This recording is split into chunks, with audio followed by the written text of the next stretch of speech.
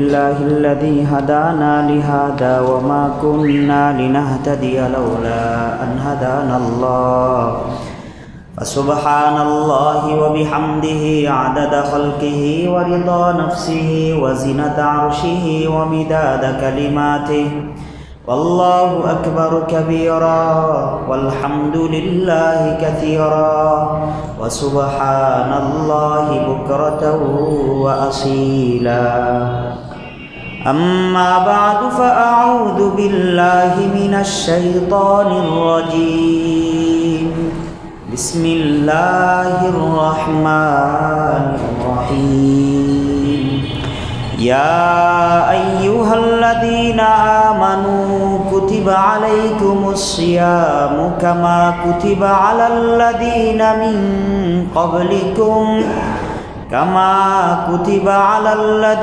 من قبلكم لعلكم تتقون صدق الله مولانا العظيم اللهم صل على محمد وعلى آل محمد كما صليت على إبراهيم وعلى آل إبراهيم إنك حميد مجيد اللهم بارك على محمد وعلى آل محمد كما باركت على إبراهيم وعلى آل إبراهيم إنك حميد مجيد হিজরি সনের নবম মাস হিজরি সন 12 মাসে হয় এর নবম মাসের নাম হলো রমাদান।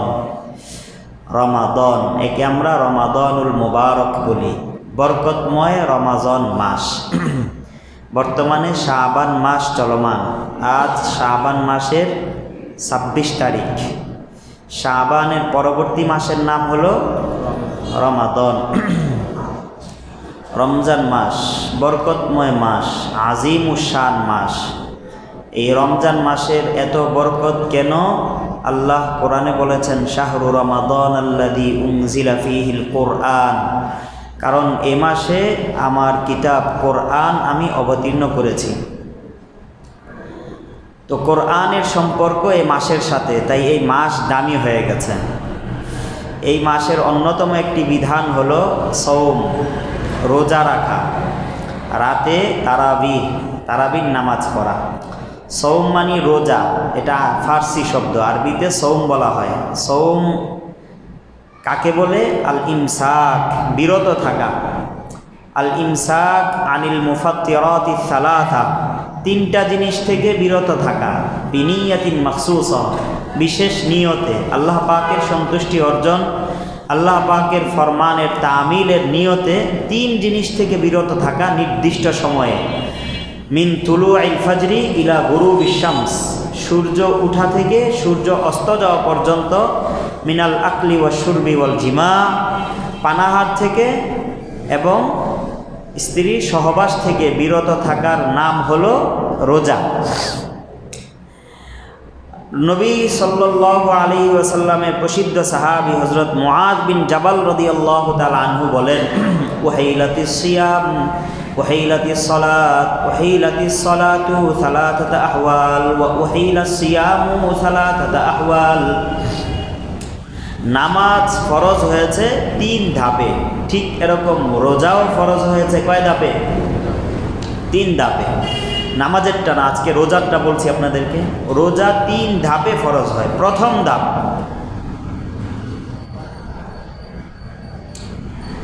কদিমা রাসূলুল্লাহি সাল্লাল্লাহু আলাইহি ওয়াসাল্লাম আল মাদিনা ফাজাআলা ইয়াসুমু সালাসাতা আইয়ামিন মিন কুল্লি শাহর ওয়া সাওমা আশুরা।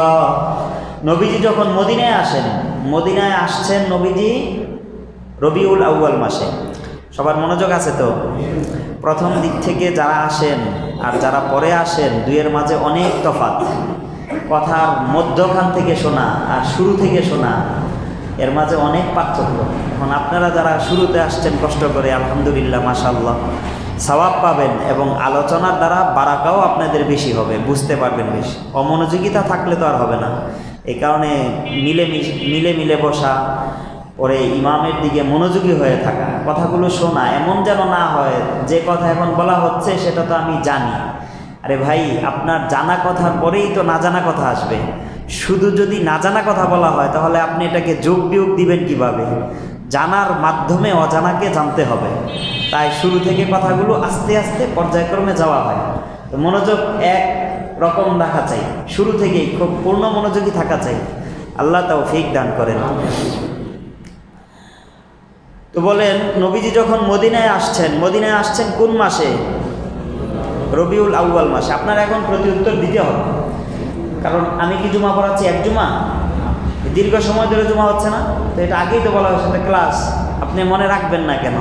মনে না রাখলে আমল হবে না যে, কারণ এই আগের কথাগুলো জিজ্ঞাসা করব, তো উত্তর দিবেন। রবিউল আউয়াল মাস থেকে পরবর্তী রবিউল আউয়াল মাস কয় মাস হলো? এক বছরে 12 মাস। রবিউল আউয়াল থেকে পরের বছর রমাজান পর্যন্ত আরও 7 মাস। 12 আর 7 কত মাস হলো? 19 মাস। এই 19 মাস রমাজান ফরজ হয় নাই। প্রথম হিজরিতে রমজান ফরজ হয় নাই, দ্বিতীয় হিজরির রমজান মাস। তো নবীজি গেছেন রবিউল আউয়াল, এর থেকে পরের রবিউল আউয়াল, তারপর রমাজান পর্যন্ত 19 মাস নবীজি প্রতি মাসে 3 দিন রোজা রাখতেন। আর ওই পরবর্তী মুহররম মাসের রোজা, আশুরার রোজা নবীজি রেখেছেন, এছাড়া রোজা ছিল না। তো রোজার প্রথম ধাপ কি? প্রতি মাসে 3 দিন এবং আশুরার রোজা, এটা রমাজানের পূর্বে। তারপর যখন রমাজান আসছে তখন আমি যে আয়াত দিয়ে খুতবা শুরু করেছি, এই আয়াত নাজিল হয়েছে। ইয়া আইয়ুহাল্লাযীনা আমানু, হে ঈমানওয়ালারা, কুতিবা আলাইকুমুস সিয়াম, তোমাদের উপর রোজা ফরজ করা হলো, কামা কুতিবা আলাল্লাযীনা মিন ক্বাবলিকুম, শুধু তোমাদের উপর না, তোমাদের পূর্বের উম্মতদের উপরও রোজা ফরজ ছিল, লাআল্লাকুম তাত্তাকুন। রোজা দিলাম কেন? যেন তোমরা গুনাহমুক্ত জীবন লাভ করতে পারো। রোজার মাধ্যমে আমরা কি মুক্ত জীবন গঠন করব? কারণ রোজা কার নাম? 3 জিনিস থেকে বিরত থাকার নাম: খাবার থেকে, পান করা থেকে এবং স্ত্রীর সহবাস থেকে। আচ্ছা, আমার ঘরের, আমার হালাল কামাইয়ের হালাল খাবার আমার জন্য খাওয়া কি বৈধ না অবৈধ? হালাল পানীয় আমার জন্য খাওয়া বৈধ না অবৈধ? এই বৈধ জিনিস আমি যদি ভোগ করা থেকে বিরত থাকি, কেন? আল্লাহ নিষেধ করেছেন এজন্য।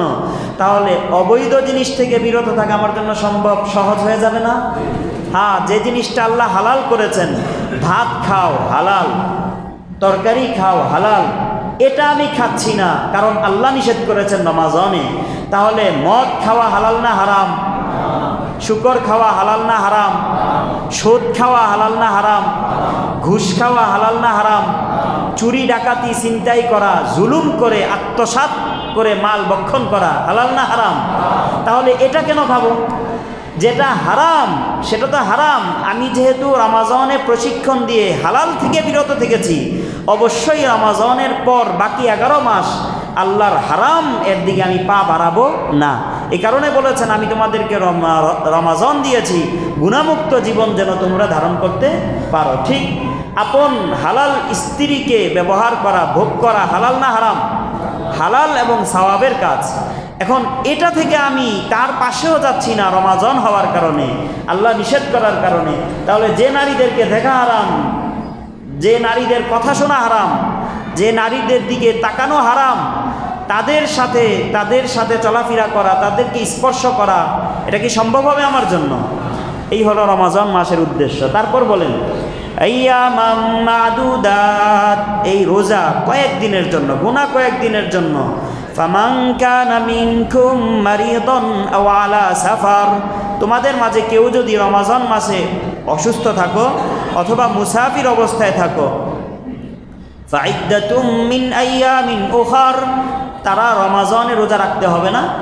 রমাজানের যেই রোজাগুলো ছুটে যাবে সমপরিমাণ সেই দিনগুলো তুমি অন্য দিনে কাজা করে নিবে। ওয়ালাল্লাযীনা ইউতিকুনাহু ফিদিয়াতুন তুআমু মিসকিন, যারা তোমরা রোজা রাখতে সক্ষম তবুও রোজা রাখতে অলসতা করো, রাখতে ভালো লাগে না, তোমাদের জন্য প্রাথমিক পর্যায়ে বলেছিলাম এটা রমাজানের প্রথম ধাপ, তোমাদের জন্য সুযোগ আছে ফিদিয়া। রোজা না রেখে কি দিবে? ফিদিয়া দিবে। ফিদিয়া কি? তোআম মিসকিন, একজন দরিদ্র ব্যক্তিকে 2 বেলা খাবার খাওয়াবে। এটা রমাজানের শুরু, তখন রমাজান ফরজ হয়েছে বটে, তবে কেউ যদি অর্থের বিনিময়ে রোজা না রাখতে চাইতো তার জন্য তারও সুযোগ ছিল। ফামান তাতাওয়া খায়রান ফাহুয়া খায়রুল লাহ, তবে কেউ যদি আগে বেড়ে ভালো কাজ করো তোমার জন্য সেটা উত্তম হবে। ফিদিয়ার ক্ষেত্রে তুমি যদি আরও বাড়িয়ে দাও এটা তোমার জন্য উত্তম হবে। আর সবচেয়ে উত্তম ওয়া আন তাসুমু খায়রুল লাকুম ইন কুনতুম তা'লামুন, তোমরা ধনাঢ্য হলেও সচ্ছল হলেও কাউকে ফিদিয়া না দিয়ে নিজে রোজা রাখো, এটাই তোমাদের জন্য উত্তম, তবে আবশ্যক নয়। এটা প্রথম ধাপ।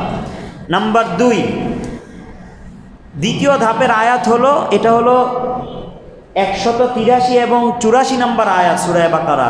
সূরা বাকারার 85 নম্বর আয়াত, এটা হলো এই আয়াতের পরে নাজিল হয়েছে। কিছুদিন যাওয়ার পর যখন মুসলমানরা অভ্যস্ত হয়ে গেছে রোজার উপর, তখন আল্লাহ পাক এখন সবার উপর রমাজানের রোজাকে আবশ্যক করে দিয়েছেন। এভাবে বলেছেন, শাহরু রমাদান আল্লাযী উনজিলা ফীহিল কুরআন হুদাল লিন-নাসি ওয়া বাইয়িনাতিন মিনাল হুদা ওয়াল ফুরকান। রমাজান মাস, যে মাসে কোরআন নাজিল করা হয়েছে, হুদাল লিন-নাস, এই কোরআনের আপাদমস্তক পুরাটাই মানুষের জন্য হিদায়াত, ওয়া বাইয়িনাতিন মিনাল হুদা ওয়াল ফুরকান, আর কোরআন এটা সুস্পষ্ট বিধানাবলী সম্বলিত যেগুলো মানুষকে হক এবং হিদায়াতের রাস্তা দেখায়, সঠিক পথ প্রদর্শন করে, ওয়াল ফুরকান, হক বাতিলের মাঝে পার্থক্য দেখিয়ে দেয়। তো কোরআন আল্লাহ পাক রমাজানের পরিচয় দিচ্ছেন কি দিয়ে? কোরআন দিয়ে। রমাজান এত দামি কেন? দামি কোরআন যে মাসে নাজিল হয়েছে। আবার দেখেন রমাজানের পরিচয় দিয়েছেন আল্লাহ সামনে, হাদিসে আসবে যে এই রমাজান মাসে তোমরা একটা রাত পাবে, যেই রাত 1000 মাস থেকেও উত্তম। সেই রাতের নাম কি? লাইলাতুল কদর, সবে কদর, তাই না? আচ্ছা, লাইলাতুল কদরের মর্যাদা এত কেন? ইন্না আনজালনাহু ফি লাইলাতিল কদর, আল্লাহ বলেন আমি কোরআন নাজিল করেছি কোন রাতে? কদরের রাতে। তাহলে কোরআন নাজিল হয়েছে যেই রাতে, সেই রাত সব রাত থেকে দামি। কোরআন নাজিল হয়েছে যে মাসে, সেই মাস সব মাস থেকে দামি। কোরআন নাজিল হয়েছে যে নবীর উপর, সেই নবী সব নবী থেকে দামি। আনা সাইয়্যিদু উলদি আদম ওয়ালা ফখরা, নবীজি বলেছেন আমি পুরা আদম সন্তানের মাঝে সবচেয়ে সম্মানী কে? আমি নবী।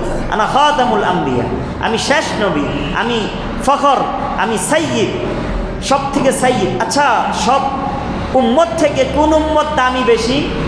কুনতুম খায়রা উম্মাতিন উখরিজাত লিন-নাস, আল্লাহ বলেন তোমরা হলে সব উম্মত থেকে দামি উম্মত। দামি উম্মত কেন? দামি নবীর উম্মত যে। ও নবী দামি কেন? নবীর উপর কোরআন নাজিল হলো যে। তাহলে ঘুরে ফিরে সব কার সাথে লাগতেছে? কোরআনের সাথে, কারণ কোরআন কালামুল্লাহ। কোরআন কার কালাম? আল্লাহর কালাম। আচ্ছা বলেন তো, আমার কথা এটা কি আমি না?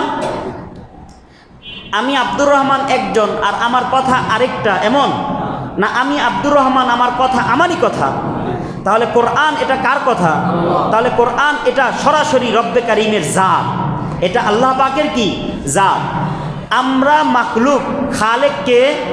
আল্লাহ। আল্লাহ হলেন খালেক, আর খালেক ছাড়া যা আছে সব কি?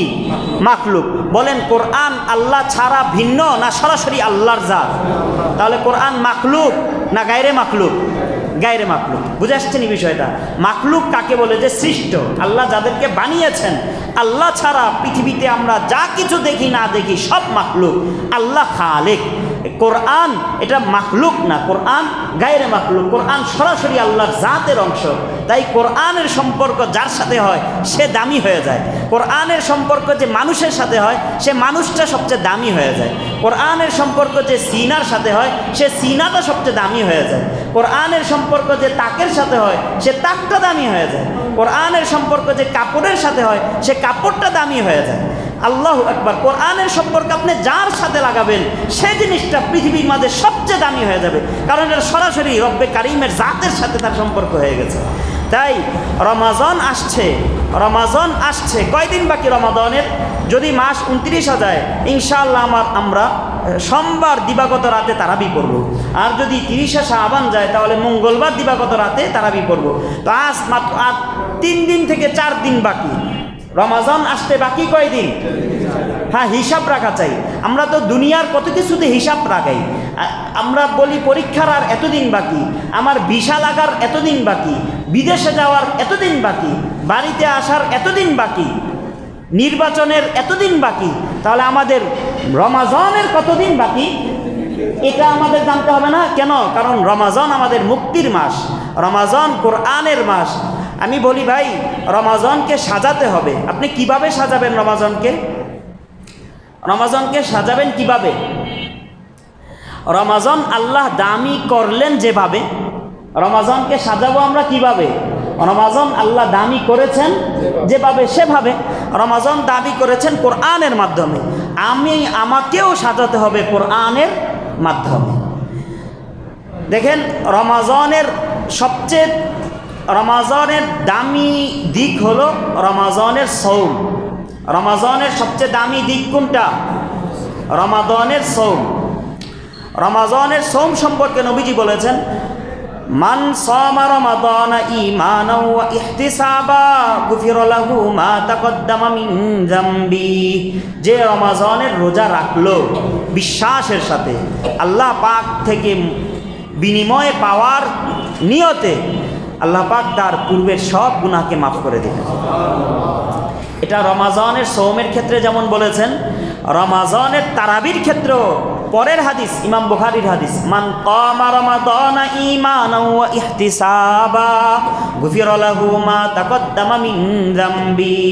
যে রমাজানের কিয়াম করলো, তারাবি পড়লো ঈমানের সাথে, ইহতিসাবের সাথে, গুনাহ মাফের আশায়, আল্লাহ পাক তারও জীবনের পূর্বের সব গুনাহকে মাফ করে দিবেন। সুবহানাল্লাহ, সুবহানাল্লাহ। রমাজান কেমন দামি! রমাজানের প্রস্তুতি আমরা তো নিব। দেখেন আল্লাহ কিভাবে রমাজানের প্রস্তুতি নিচ্ছেন আমাদের জন্য। ইমাম বুখারীর হাদিস, ইদা দাখালা রমাদান, নবীজি বলেন রমাজান যখন আসে, ফুতিহাত আবওয়াবুল জান্নাহ ওয়া গুল্লিকাত আবওয়াবু জাহান্নাম ওয়া সুলসিলাতিশ শায়াতিন। রমাজান যখন আসে জান্নাতের সবগুলো ফটক খুলে দেওয়া হয়। ফুতিহাত আবওয়াবুল জান্নাহ, জান্নাতের সবগুলো দরজা খুলে দেওয়া হয়। ওয়া গুল্লিকাত আবওয়াবু জাহান্নাম, আর জাহান্নামের সবগুলো দরজা বন্ধ করে দেওয়া হয়। ওয়া সুলসিলাতিশ শায়াতিন, শয়তানগুলোকে শৃঙ্খলাবদ্ধ করা হয়। এটা কেন করা হয়? রমাজানের সম্মানে। এটা ইমাম বুখারীর বর্ণনা, আবু হুরায়রার বর্ণনা। আবু হুরায়রার হাদিস ইমাম তিরমিজির বর্ণনা এভাবে আসছেন, ইদা কানা আউয়ালু লাইলাতিন মিন শাহরি রমাদান, বলে রমাজানের প্রথম রাত, বলেছিলাম সোমবার দিবাগত রাত হতে পারে রমজানের প্রথম রাত।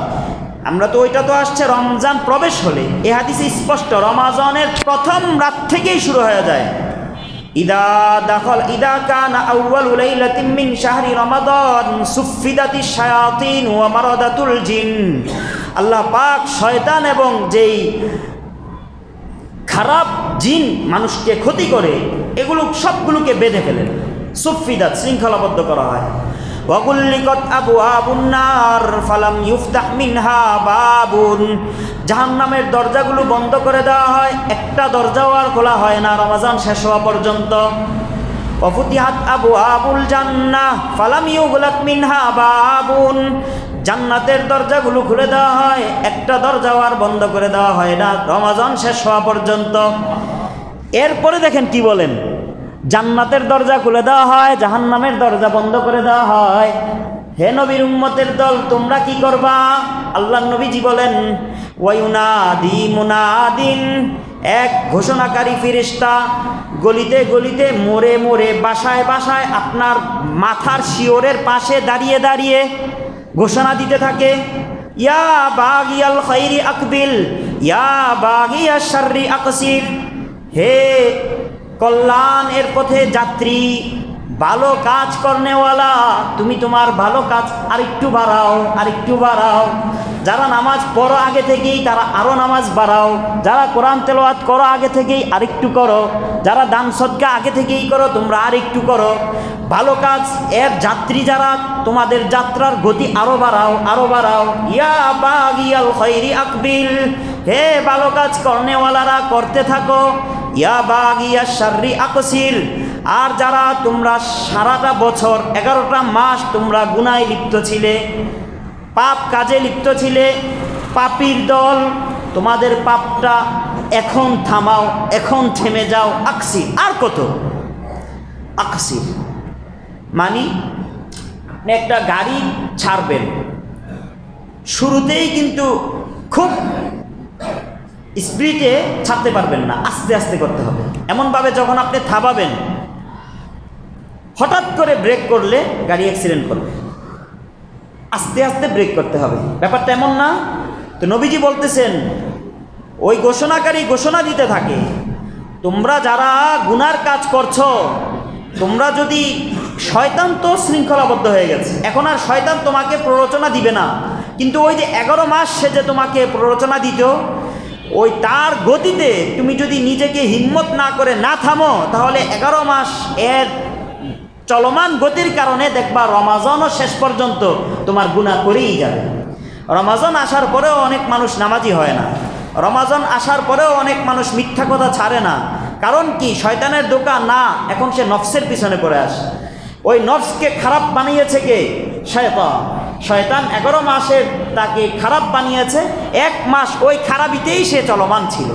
তো নবীজি বলেছেন, ইয়া বাগিয়া শার আকসির, যারা খারাপ কাজ করতে নিজের উপর যাদের কন্ট্রোল ছিল না, তোমরা কমপক্ষে এখন থেমে যাও। ইনশাআল্লাহ তোমাদের থামা এখন সহজ হবে, কারণ শয়তান নেই যে।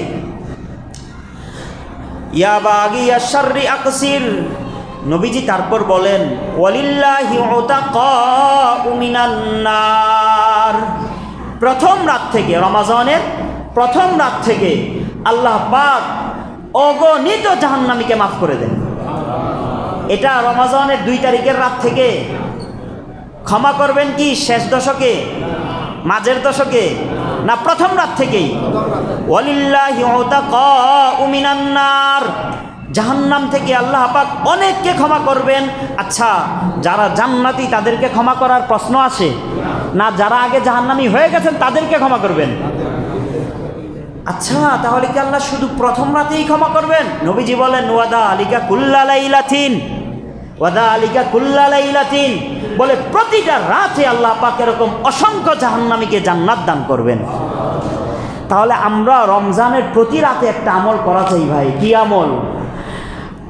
আমার বাবা, মা, বাপ, দাদা, আমার বাবার বংশধর, মায়ের বংশধর, উস্তাদের বংশধর, পূর্বসূরি যারা ইন্তেকাল হয়ে গেছেন, কবরস্থানের যারা বাসিন্দা আছেন, সবার জন্য প্রতি রাতে দোয়া করা, আল্লাহ আজ রাতেও তো আপনি অগণিত, আপনার নবীজি বলেছেন আপনি অগণিত জাহান্নামীকে মাফ করবেন, দয়া করে তাদের মাঝে আমার মাকেও শামিল করে নেন, দয়া করে তাদের মাঝে আমার ভাইকেও শামিল করে নেন, আমার বাবাকেও শামিল করে নেন। দোয়াগুলো কি ইমাম সাহেব দিয়ে করাতে হবে? হ্যাঁ ভাই, স্মরণ রাখা চাই। আল্লাহ আমাদেরকে তৌফিক দান করেন। তো রমাজানের গুরুত্ব দিতে বলেছিলাম, আল্লাহ পাক রমাজান আসার কারণে জান্নাতের দরজা খুলে দেন, জাহান্নামের দরজা বন্ধ করে দেন, শয়তান জিনগুলোকে আটকিয়ে দেন। এগুলো শুধু রমাজানের গুরুত্ব। রমাজানের গুরুত্ব কেমন? আজ হলো 26শে শাবান, তাই না? আমি বসেছি জুমার মিম্বারে। হযরত নবী করিম সাল্লাল্লাহু আলাইহি ওয়াসাল্লামের অন্যতম সাহাবী সালমান ফারসি রাদিয়াল্লাহু তাআলা আনহু, উনি বলেন, খতবানা রাসূলুল্লাহ সাল্লাল্লাহু আলাইহি ওয়াসাল্লাম ফি আখিরি ইয়াউমিন মিন শাবান, নবীজি আমাদেরকে একদিন খুতবা দিলেন, বয়ান করলেন। দিনটা ছিল শাবান মাসের শেষ তারিখ, অর্থাৎ রমাজান আসার পূর্বেই নবীজি রমাজানের প্রস্তুতি কিভাবে নিবে সাহাবীদেরকে শিক্ষা দিয়েছেন। তো রমাজান আসার পূর্বে শাবানের শেষ তারিখে নবীজি খুতবা দিয়েছেন। খুতবা দিয়ে কি বলেছেন? ইয়া আইয়ুহান নাস কদ আযাল্লাকুম শাহরুন আযীমুন শাহরুন মুবারাকুন শাহরুন ফীহি লাইলাতুন খায়রুম মিন আলফি শাহর। হে লোক সকল, তোমাদের সামনে একটি সম্মানিত মাস আগত, মহিমান্বিত মাস আগত, বরকতময় মাস আগত। বরকতের বাড়ি দ্বারা এই মাসে আসবে। কেন? বলে এই মাসে একটা এমন রাত্রি আছে যে রাত্রি 1000 মাস থেকে উত্তম। 1000 মাস হিসাব করলে প্রায় 80-90 বছর লেগে যায়। এর থেকে উত্তম একটা রাত্রি লাইলাতুল কদর। তারপর নবীজি বলেন, জাআলাল্লাহু সিয়ামাহু ফারিদাতান ওয়া কিয়ামা লাইলাতিহি তাতাওয়ান। আল্লাহ পাক এই রমজান মাসের রোজাকে ফরজ করেছেন। রমজান মাসের কাকে ফরজ করেছেন? রোজাকে ফরজ করেছেন। আর এই মাসের তারাবিকে আমি নবী সুন্নত করেছি, আল্লাহ নফল করেছেন। আমি নবীর কি? সুন্নাহ। আচ্ছা বলেন, তারাবির নামাজ কি বলেন? তারাবির নামাজ 8 রাকাত না 20 রাকাত? এ আওয়াজ কমে গেল। 8 রাকাত না 20 রাকাত? প্রথম দিন কয় রাকাত? দশম দিন কয় রাকাত? 20 নম্বর দিন কয় রাকাত? 27 দিন কয় রাকাত? 29 দিন কয় রাকাত? তাহলে আমরা 3 দিন পরে যে লোক সংখ্যা আস্তে আস্তে কমতে থাকেন।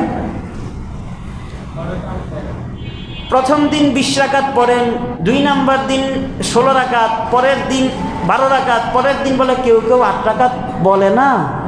আমি তার দলে, সাম্মা খায় এখানে না সেখানে ভালো। আহারে ভাই, তারাবির নামাজ 20 রাকাত সুন্নাহ, 8 রাকাত এটা নবীজি সারা বছরের তাহাজ্জুদের সুন্নাহ।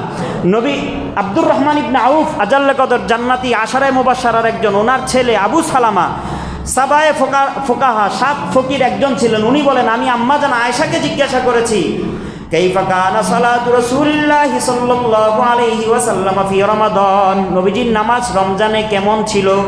আম্মা জান আয়েশা বলেন, মা কানা সালাতু রাসূলিল্লাহি সাল্লাল্লাহু আলাইহি ওয়াসাল্লাম ফি রমাদান ওয়ালা ফি গায়রিহি, মা কানা ইয়াজিদু রাসূলুল্লাহি সাল্লাল্লাহু আলাইহি ওয়াসাল্লাম ফি রমাদান ওয়ালা ফি গায়রিহি আলা 11 রাকাতান। নবীজি রমাজান এবং রমাজান ছাড়া 11 রাকাতের বেশি পড়তেন না। 3 রাকাত বেতের আর 8 রাকাত তাহাজ্জুদ। কয় রাকাত হয়? এটা রমাজানেও এবং রমাজান ছাড়াও। তাই ভাই মেহেরবানি করে আমরা তারাবি পড়ব কয় রাকাত? 20 রাকাত। আর তাহাজ্জুদ পড়ব কয় রাকাত? 8 রাকাত। দয়া করে তারাবি কয় রাকাত? 20 রাকাত। তাহাজ্জুদ কয় রাকাত?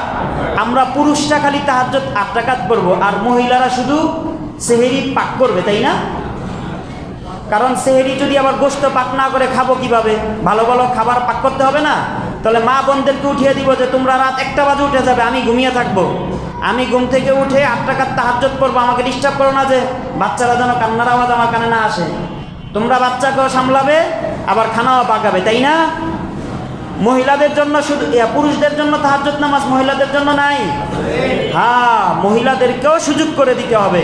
এই হাদিসের শেষাংশে বলা হয়েছে, মান খাফফাফা আন মামলুকিহি ফি রমাদান গফারাল্লাহু লাহু আতাকাহু মিনান নার। নবীজি বলেন, রমাজান মাসকে কেন্দ্র করে কেউ যদি তার অধীনস্থকে একটু আঁচটা হালকা করে দেয়, আপনার স্ত্রী আপনার অধীনস্থ, আপনি বললেন রমাজান ছাড়া আমাকে ভুনা না দিলে আমি ভাত খাই না, রমাজানের কারণে তুমি তারাবি পড়বা, তুমি তাহাজ্জুদ পড়বা, তুমি কোরআন তেলাওয়াত করবা, আমাকে যদি এক তরকারি দাও, তরকারি নাও দাও, আমি খুশি আছি তোমার উপর।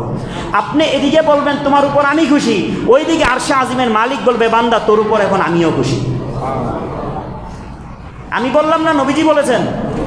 হ্যাঁ, এমনভাবে আপনি দোকানের কর্মচারীকে অন্যান্য সময় যাই চাপ দেন, রমাজানকে কেন্দ্র করে কর্মচারীর কাজকে হালকা করে দেন, আল্লাহ আপনার উপর খুশি হয়ে যাবেন। আপনি বাড়ির মালিক, আপনি বাড়িওয়ালা, আপনি তাদেরকে একটু বলেন যে তোমরা রমজানে কাজ বেশি করো না, রিক্সা চালাও, রিক্সা চালিয়ে আমাকে বেতন দাও, দিতে হবে না, একটু কমিয়ে দিলাম তোমার জন্য, আল্লাহ খুশি হয়ে যাবেন ভাই। হ্যাঁ, এভাবে রমাজানের কারণে আমি বলেছিলাম নামাজের কথা, তো নামাজ 20 রাকাত এটা একটা সুন্নাহ, আবার 20 রাকাত তারাবিতে কোরআন খতম করা এটা ভিন্ন সুন্নাহ। এটা ভিন্ন সুন্নাহ। এক খতম কোরআন তারাবিতে পড়া এটা কি আলাদা সুন্নাহ। এখন কেউ যদি আপনারা 3-4 দিন নামাজ খতমে তারাবি পড়লেন, বাকি নামাজগুলো সূরা তারাবি পড়লেন, আপনার তারাবি আদায় হবে? পুরোপুরি সুন্নাহ আদায় হবে?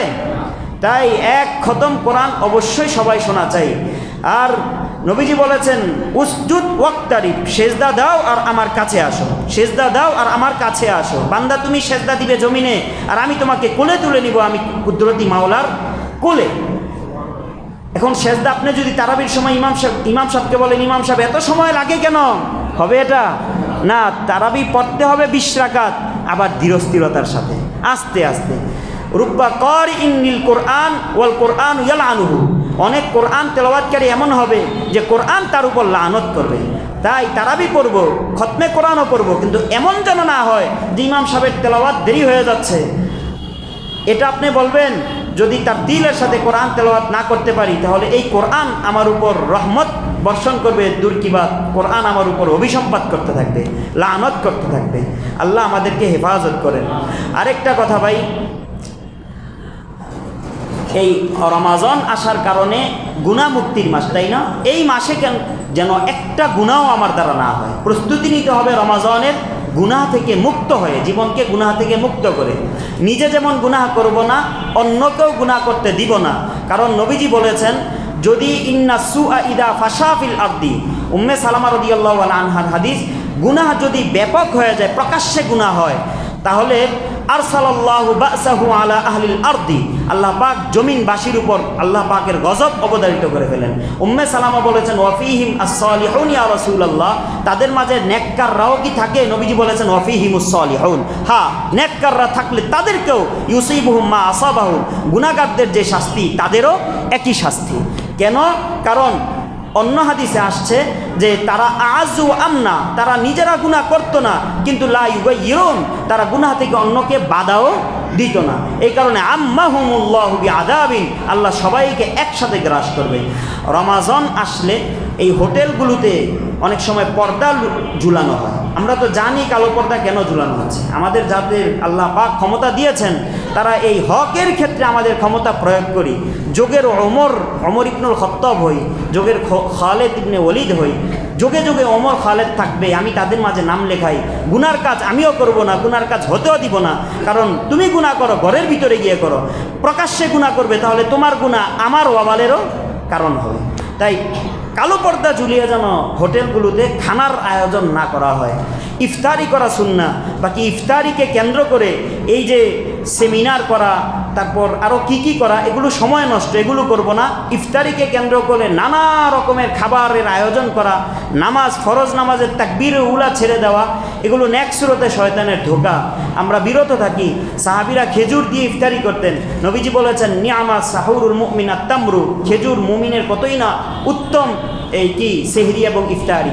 তাই আমরা ইফতারিতে এবং সেহরিতে খেজুর খাওয়ার অভ্যাস করি। অল্প খেজুর খেয়ে জামাতের সাথে নামাজ পড়ে যদি মুড়ি চানাচুর খেতে চাই, জামাত যেন ফৌত না হয় সেদিকে লক্ষ্য রাখবো। আল্লাহ আমাদেরকে তৌফিক দান করেন। রমাজান এখনও আসে নাই, রমাজান পূর্বে রমাজানের প্রস্তুতি এবং গুনাহমুক্ত জীবনের জন্য কিছু কথা বললাম। আল্লাহ যদি তৌফিক দান করেন, সামনের প্রথম জুমা রমাজান সম্পর্কে হবে, পরবর্তীতে ইনশাআল্লাহ যাকাত সম্পর্কে আলোচনা করব। সুবহানাল্লাহ।